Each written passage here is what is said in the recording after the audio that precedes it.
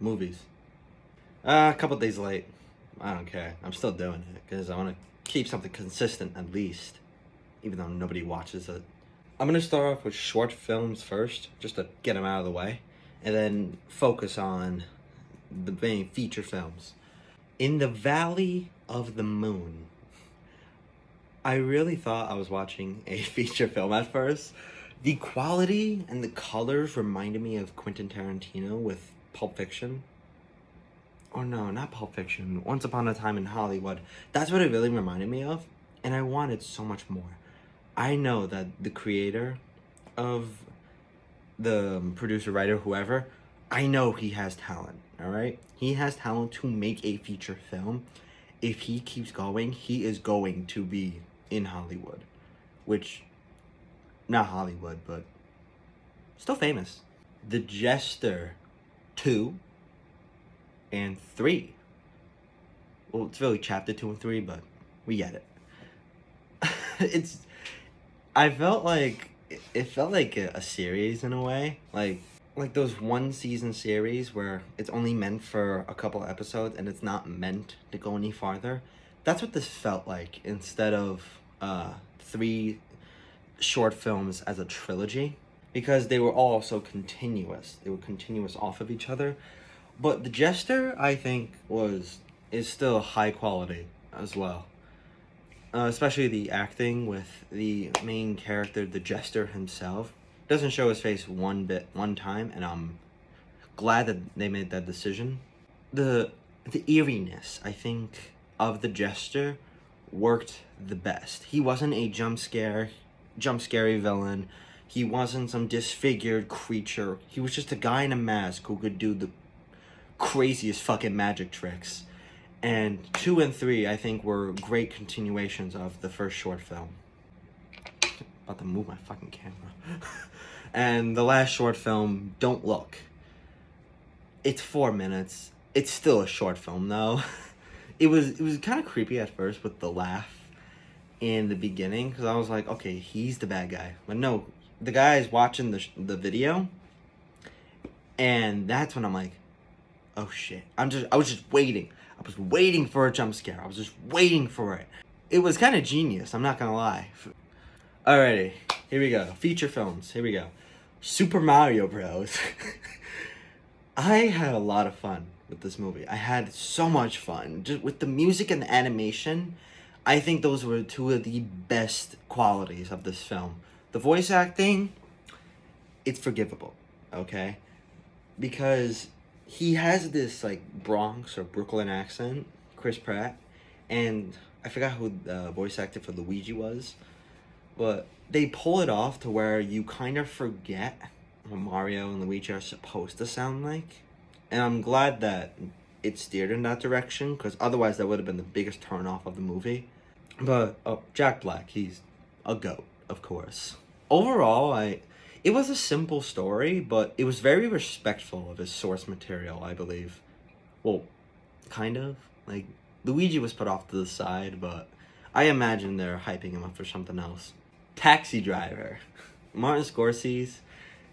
I gotta just watch all of his movies in one go at this point, because he is a film genius. Taxi Driver had a deep meaning, and I did look up the video for like what was the meaning behind this, because the ending confused me.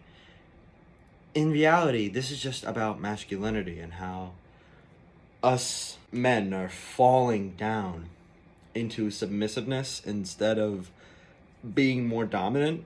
And Martin Scorsese tried to warn us with this movie, but with a lot of people, I unfortunately don't think the message got across that well.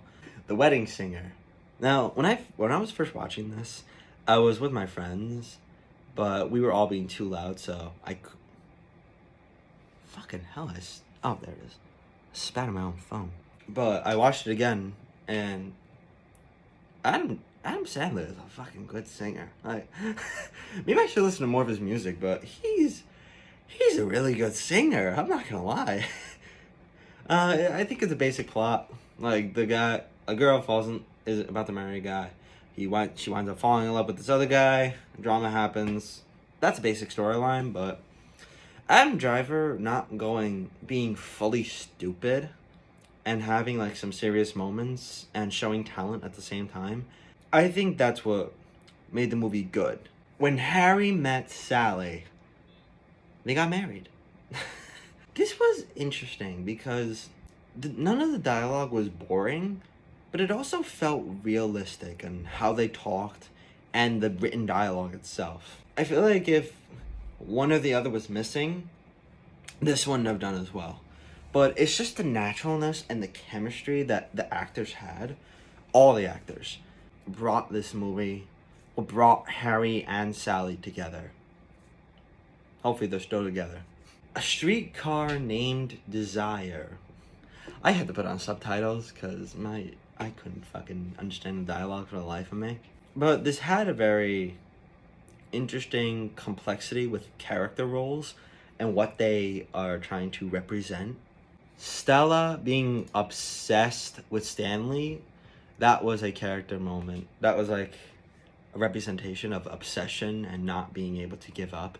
Stanley being the dominant one sexually and physically, that was a whole representation of a character itself.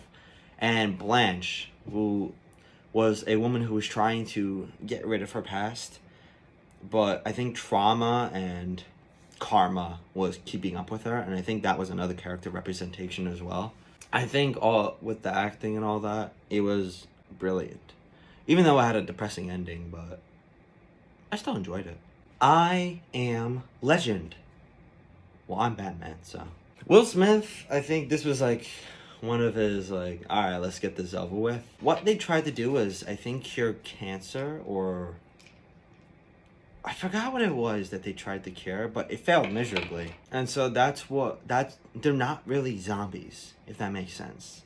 They were just part of a failed experiment, and it had a nasty side effect to them.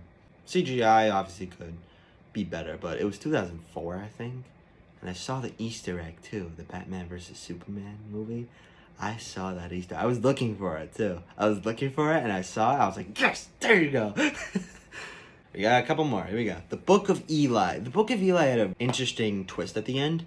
So, the deal is there's no more books. And this leader of a town, he sends off a bunch of guys to go find books. And he wants to find the most meaningful book. Eli, who is played by Denzel Washington, he is carrying the one book that he wants, which is the Bible. And it was a neat little cat and mouse chase. But the ending is what really got me. I was like, smart motherfucker. The Bible is in Braille. That's what's so genius about it. Even if he took it, even if he won, he lost. Because he can't get his wife. The leader, who's played by Gary Oldman, he can't get his wife to read it for him. So he's at a loss. Everything he sacrificed is for nothing because he can't fucking read the Bible. But then Eli recites the whole Bible and peacefully dies. His journey that God put him on was complete. Glass Onion. I'm baffled. I'm fucking baffled. Every time Daniel Craig's detective, every time he solves the case at the end, every time I'm just baffled. I'm astonished. It's amazing. It's so dumb. It's so dumb, it's brilliant. No! It's just dumb. How does he do this? He reminds me of Monk.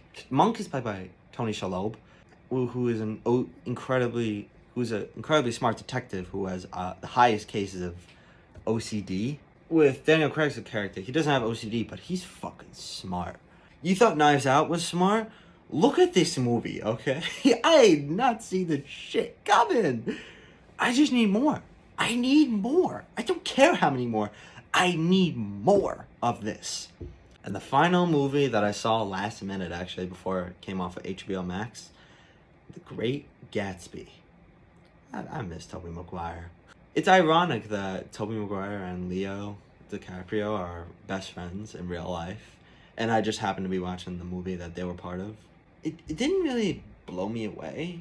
One of the problems I think it had was too many jump cuts. Not jump cuts, just cuts in general. There was just too many for for the movie.